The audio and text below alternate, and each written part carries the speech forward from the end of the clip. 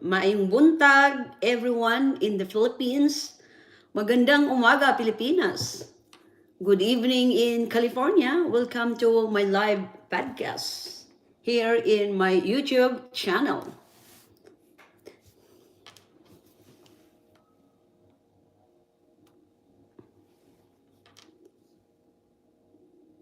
Good morning, Philippines. Maayong buntag, Pilipinas.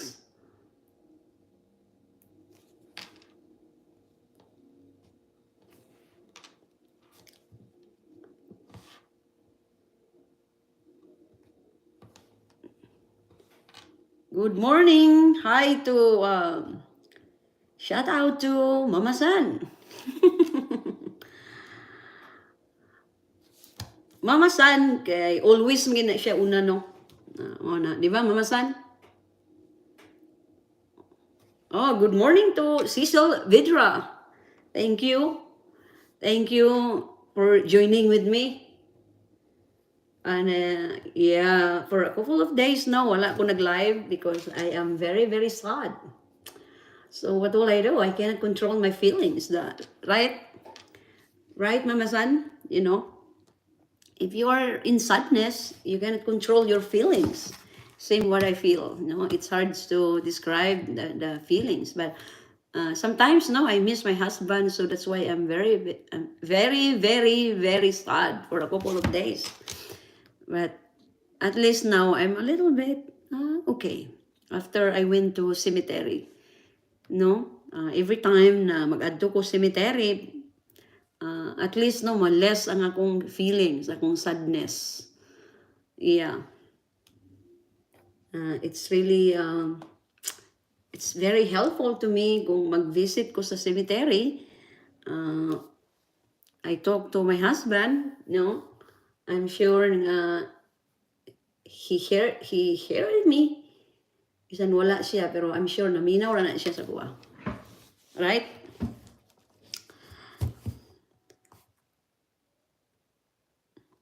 So, nag-recording mi ni Delia, no?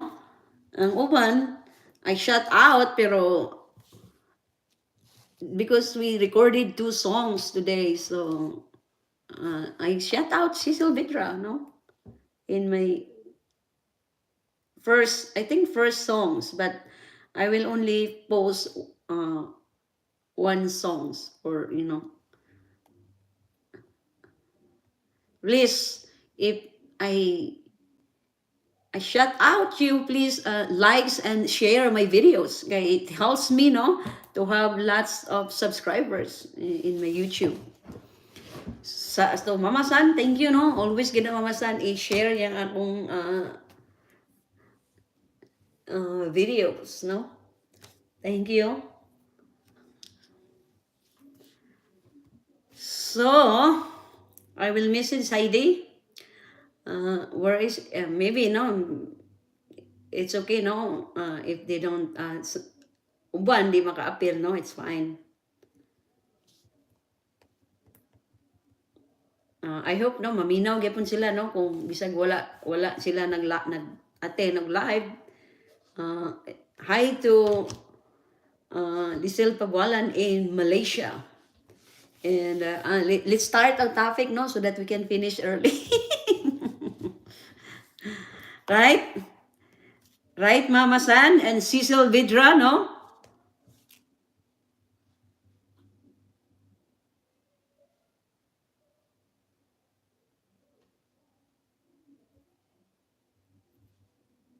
Yeah.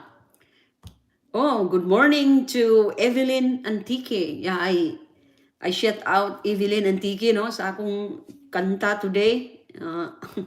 I think first song, pero yeah. How many are we? We're 12 in all included. Oh, shout out to Arlene Pabualan Delandres. Did you know that Arlene Pabualan, no, Delandres? She is she's working na in, where did you work, my friend? No, nag-work daw siya. So, wala ko naka-live for a couple of days na because I'm so sad. Yeah. But now I'm okay. Oh, good morning to Edita Kabasi and also to Heidi. Heidi Hides. Shout out to Edita Kabasi. Hides, you changed my one Hides. Akong kuan Hides sa Facebook para mag-gain ta og kuan subscribers. So our topic for today is about 15 the most dangerous jobs in the world. Shout out to Lizelle Babualan in Malaysia and to Marites Grigno and to my Vice President, Fame Faith, and also to shout out also to Marites Grigno and to Shannon Atienza. So number 15, air traffic controller. Oh, I see. So at least, do you have a salary, my friend? Naman ka salary sa imong kuan, imong work. Di ba? So number 15, one of the most dangerous jobs in the world is air traffic controller. Kabalo naman mo no ang air traffic controller. Okay. So air traffic controller play a major part in ensuring your safety while you're up in the air.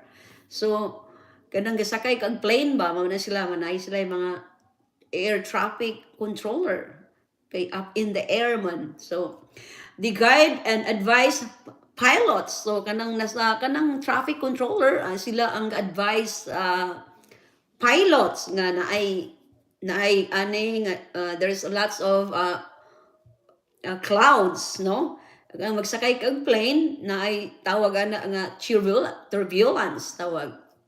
Pag na turbulence, so ang plane no, I don't like that turbulence, you know. So the guide and advice of takeoff during the flight as they approach the airport and when they land. So pag land or larga na ang eroplano, sila mo control. The role has massive responsibility and can bear massive pressure on individual, making it one of the most scary and dangerous jobs on earth. So that was traffic controller, air traffic controller. So number 14 is bash pilot. And a bash pilot is the flies, the small aircrafts. Kanang mga gagmay bitaw nga planes gitawag sa tuwa nga tura-tura planes, di ba? Kanang gagmay nga planes. My husband told me that if he wants me to buy him nga mag-buy og plane, no? Kanang gagmay nga plane nga small lang nga aircrafts kay from all the way from Arizona to Palm Springs kapoy man mag-drive og car. So he asked me if we going to buy a plane, a small plane. I said no because I'm so scared. It's so small. It's a small aircraft. Gamay ra kay murag 3 ra ka na kay pilot murag 3 ra ang makasulod pero gagmay kay nga plane. Inani nang mga gagmay nga mga planes. Inani ba? Diba, my friend? Really, no? If you ride this kind of plane, very scary. So, a bash pilot that flies small planes over rugged terrain or unsettled region to serve remote areas, inaccessible to or off the road of larger planes, usually to deliver cargo. This job has very high risk. Studies put the chances of bash pilot dying in a crash at 1/8 during 30 years of career. Their bash pilots make it on the list of 15 most scary and dangerous jobs in the world. So bus pilot is very dangerous kay gamay ra kay na siya nga plane, di ba? Hadlok ganito mo sakay og kanang big planes, no? How much more nga kani nga plane, small crafts lang, small aircrafts na type nga plane. So it's very dangerous. So number 13 is CTS decon technician. After a serious crime take place and the investigation completed, CTS decon technician must come in and clean it all up. CTS decon stands for crime and trauma scene decontamination. So CTS means is crime and trauma scene decontamination. Has to get down a dirty with biohazards like plastered blood and such human remains, brain tissues, as well as dangerous chemicals from places such as meth labs. So this drugs is very one of the most dangerous, the crime and trauma scene decontamination. Kang ilang buhaton kanang kuan sa mga plastered sa blood, sa mga blood sa tao ba, sa tuwa. And then, kanang mag-study sila about the brain tissue, atong utak. One of dangerous chemicals, labi na sila sa kanang chemicals nga kanang meth labs. Kaila mo ng meth, kuha na siya kanang drugs, no? Very dangerous na siya nga drugs. Kanang magamit ka ng meth, makapatay na siya, no? Drugs, meth lab. Meth, kung naa sila sa meth labs, very dangerous ang ilang works. So number 12 is oil workers. Oil workers, extremely high freezing temperature, fires and oil rigs explosion.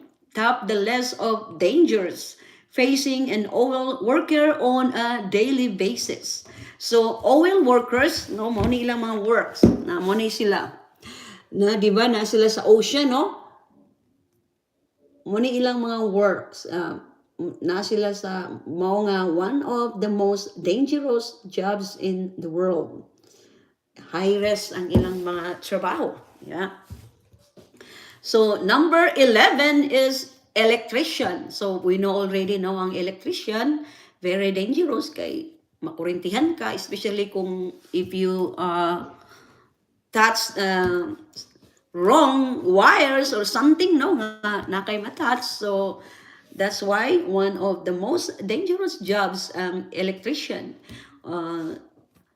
One of the most dangerous and life-threatening jobs is the work of an electrician. Tungod kay mga wirings and electric ang ilang gabuhaton, exposure to live electricity. Wires can be very hazardous.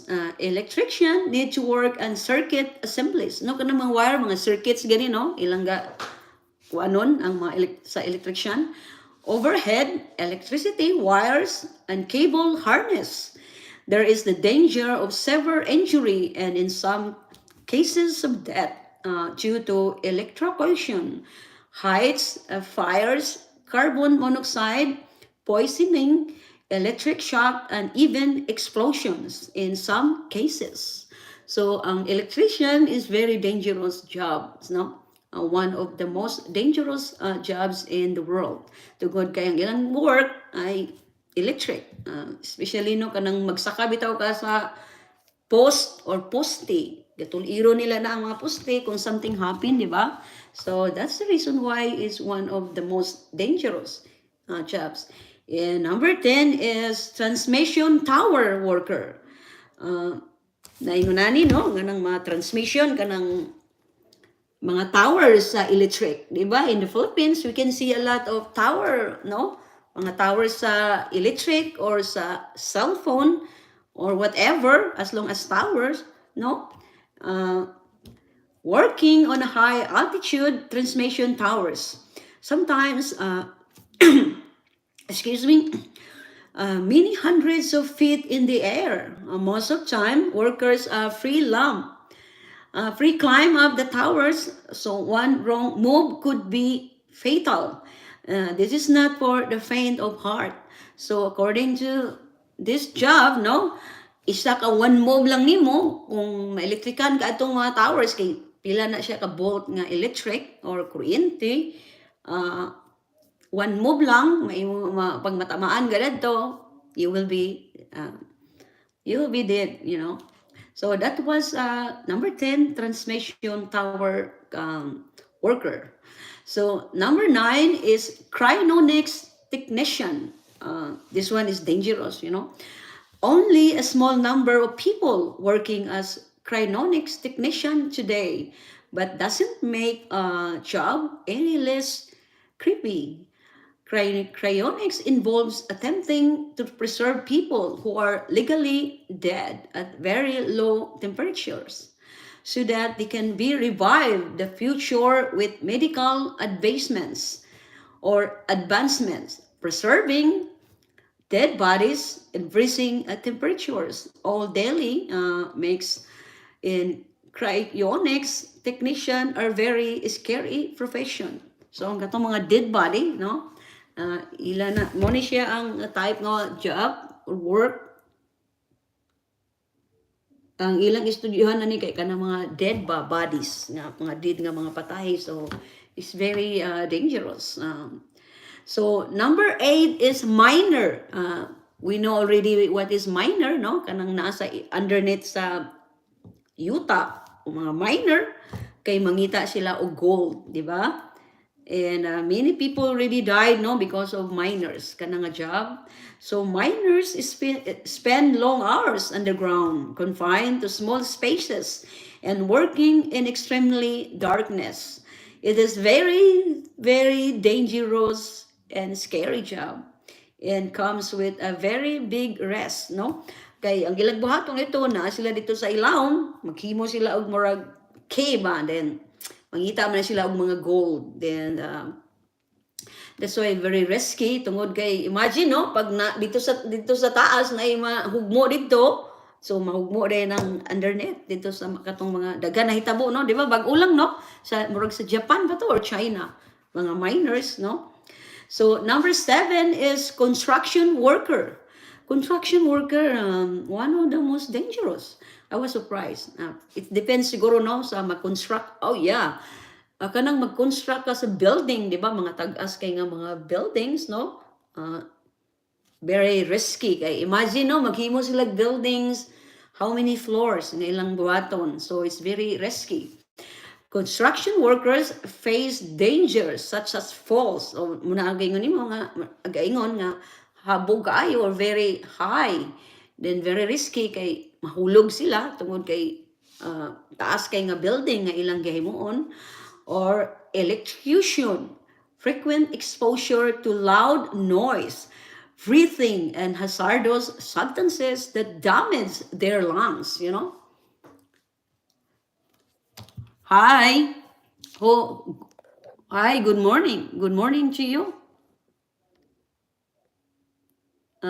There's Janix M. Who is Janix M?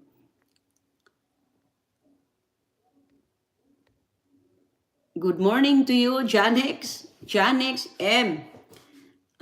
Thank you for joining, no?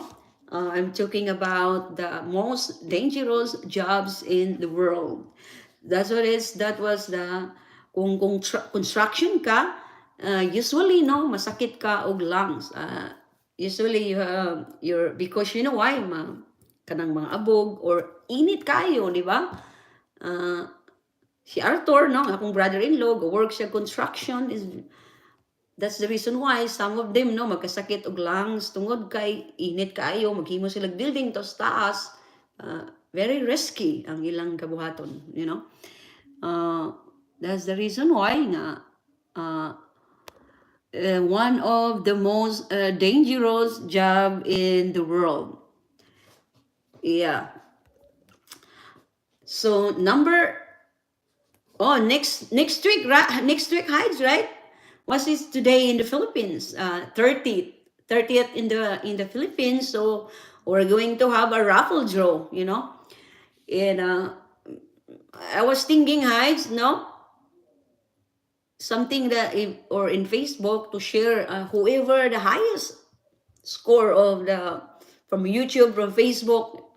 I was thinking about it, Heights, to whoever the highest. I will only choose 10 persons, the one that the highest nga mag-share of videos from YouTube and to my Facebook the person will get one bottle of Victoria's Secret. I was thinking that.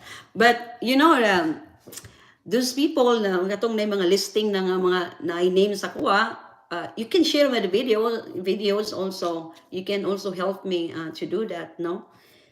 And I was thinking about it today, but they need to wait kung katong makadaog in case, no, na nga ang akong kakuan nun, they need to wait kay the Victoria's Secret, lisod man ipadala diha is not very easy, no, nga magpadala og box, But I'm getting there, no? I'm getting there.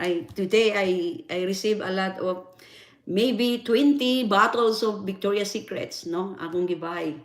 Kaya nag-sale man, timing kaayo. So that's why. So number 6 is field epidemiologist. Oh, this is okay, yeah, we're going to have a different mechanics now. Me and Heidi will talk later. Think about it, Hides. What is the other, what they call that, Hides? Games, no? So, field epidemiologists, mga epidemics ba, di ba? Kanang praanang mga jobs gani sa virus. Nakita ninyo kanang mga people were going to somewhere else or going to different places and they just checking the virus. You can see the virus naman, di ba? Nga nag-wear sila og nag-wear sila nga the entire body, ilang body covered sa kanang para protection, no, para dili sila ma-virusan, di ba? Nakita naman gid ninyo, no, sa news nga ang mga tao nga nag-check og mga sa virus, na sila suuton, especially also in the hospital, no, their whole body was covered by the thing aside from the mask. It is very dangerous. So that was called field epidemiologists, no? Epidemiologists are employed by organization to go into hot zones and prevent outbreaks of deadly disease, no? Turning into full-on pandemics. That's what I said. And they are protected by a little more than a hazmat suit. Field epidemiologists get up close and personal with germs, blood, needles, dead bodies on daily basis. Not to mention the rest of contracting a deadly disease. That's the reason why mga epidemiologists, they're wearing things, no, to cover kay mag-touch man sila og mga dead bodies, katong mga patay, eksamino nila, di ba? Makita dito kung unsay sakit nga why, what's the reason nga namatay, or muna ang one of the dangerous jobs. So number 5 is roofer kanang mag-ayos og roof, working at heights sometimes is slippery conditions. They face the danger of falling, receiving burns from hot bitumen, and sustaining injuries from their equipments. Kanang mga tao, no, nga gabutang og roof. Muna nga imagine number 5, one of the most dangerous jobs. Imagine, no, magbutang sila og mga things dito sa kanang atop or roof, no?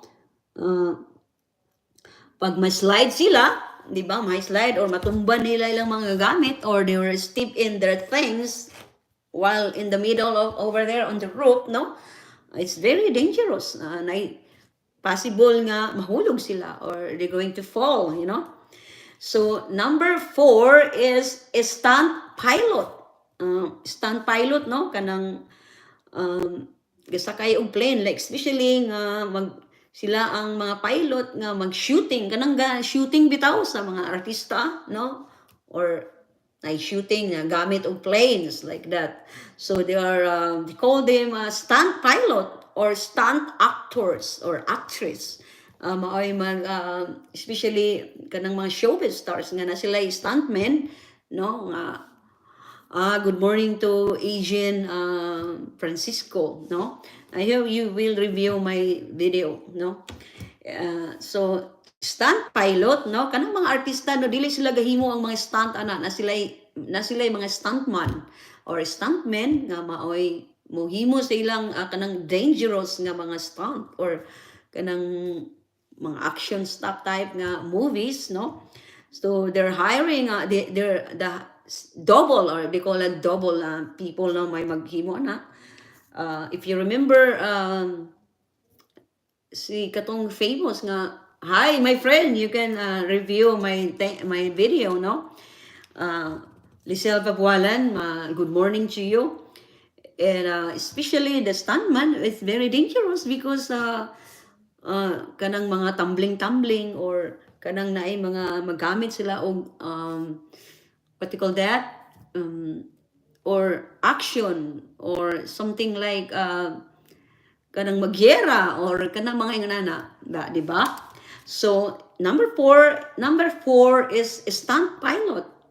Living a life of death-defying stunts can bring extreme excitement, but can also carry extreme dangers, you know. The work of a stunt pilot requires amazing skills, concentration, and nerve. On one wrong move in a stunt could end the life of a pilot and spectators. Yeah, that is really true. Kay one move lang kung ang pilot, kanang stunt pilot, na sila'y maklik adto, mga unsa na diya, marong ang ilang pangwan, wrong, one move, wrong, they're gonna die, you know. So that's the reason why the stunt pilot is one of the most dangerous jobs in the world. So number 3 is construction equipment operator. O kabalo na mo, no? Construction operator, kanang mga grader, unsa ba na diyang mga gamit for construction. Kanang magamit og mga kanang like this, no? Mga ingonana napayubat nga ni nga mga habog kaayo nga maghimo sila og mag-construct sila og building, or they're going to make a bridge or either road works, kani mga ani. So that's the reason why construction equipment operator is one of the most number three dangerous jobs. The main dangers and threats to these operators are collision with other vehicles, loss of limbs, and crossing from heavy machinery. So that's the reason why that one of the most dangerous jobs. So number 2 is truck driver. Kabalo naman mo, no, mga truck driver, kanang mga dagko nga mga truck, mga 10-wheelers, 20-wheelers, or 8-wheelers trucks, no? And that, my God, I can't believe that number two is one of the most dangerous jobs, is the truck driver. And around 54,000 road accidents involving professional drivers take place on British roads every year, which is around 250 a day. Naalang bag-ulang nga news, no? Here in United States, a truck driver, no? Ang iyang brake, no? Nakuha ng iyang brake. So nakabangga siya sa mga lain sad nga mga cars. I think I'm not mistaken, there are 5 people dead. And so nag-case sila, and pero ang driver bata pa. He's a Mexican, and wala siya record, no, nga bad records.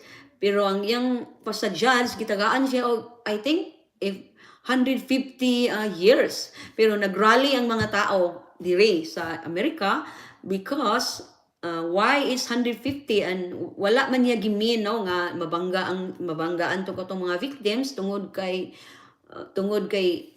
accident man. So nagrally ang mga tao para babaan ang iyang sentence. So ang sentence niya from 150 it will become 10 years. Yes.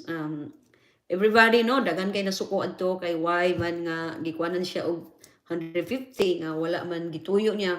You know, in the law in America, it is very different, no, compared sa Philippines. Here, if the law is the law, no, that's what in America. And number one is vertical window cleaners. Kabalo na mo no kanang maghinlo og building, di ba? Kanang makita na to sa mga movies. Kanang mga buildings bitaw, windows building, hinluan nila, no? Para dili alikabok, di ba? Makita ninyo, no? Kanang just like example, no? Ano, no? Nawara ko na sila, no? Na ang mga tao ginluan nila ang buildings, munay gitawag og window buildings. I can't believe it's number one the most dangerous jobs in the world. This window cleaners, no, yeah, you know, in America, I tell you, when it comes to law is law. In the Philippines, we don't have like that. I wish, no, in the Philippines we have that kind of law in the Philippines. And yeah, but so this one, this window cleaners is a rest life. Imagine, no, maghinlo sila atong mga windows sa mga buildings, no, keeping the world's tallest buildings sparkling and clean all year round. These cleaners hung from ropes many hundreds of feet in the air to clean the outside of some of the world's tallest buildings. One wrong move could be fatal, or isa lang ka move nila, mahulog sila. Okay, imagine, no? Kato ilang kato ilang kanang gibutang bitaw nila diri sa ilang body para mura sila gipang bitay, di ba? Kay maghinlo ben sila. Di ba, if you hear, no, dito sa Hong Kong, a Filipina domestic helper, she fell, di ba? Nahulog siya, no? Nahulog siya sa building and she died, di ba? I was hear that on the news. So think you have the skill, nerve, and determination to work in one of the most dangerous professions in the world, no?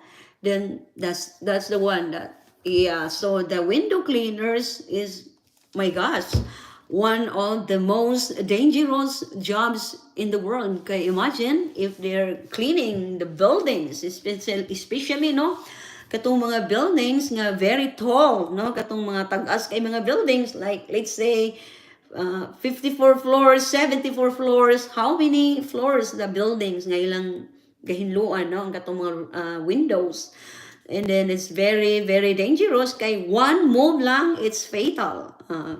Meaning, isa lang ka move nila, mahulog sila. Then that's it. So I remember, no, katong one of domestic helpers, not only in Hong Kong, it happens also in Taiwan, no, na nabalitaan ako, no, na nag-cleaning siya sa window sa, usually I tell you, I've been to Hong Kong, no, and in Taiwan, or mostly ang mga tao dito wala sila'y houses, no, na mga houses siguro mga lagyo lang, usually condominiums, di ba, my friend?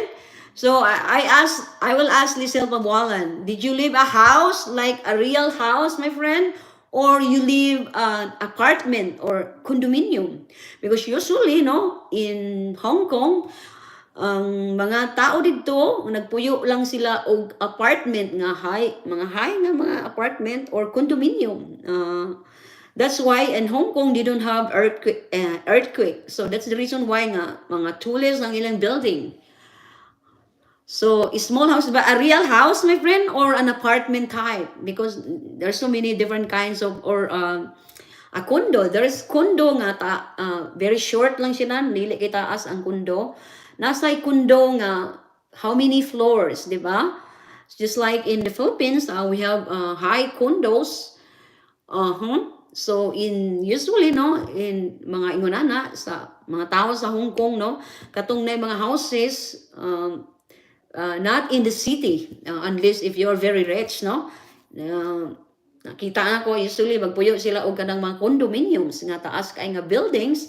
So, that's why they hired workers or domestic workers from different countries. And na ako'y naila in Thailand, no? Nasa mga families nga nag-work also in Thailand. And as I said, no, kanang mga domestic helpers, especially from the Philippines, no? Mag-cleaning sila sa window cleaning. As that's very, very dangerous, no? Daghan na nahitabuan na nga namatay tungod kay, especially, sometimes, no, it's mga Chinese, we all know naman, no, nga mga employers. Some of employers are not very nice.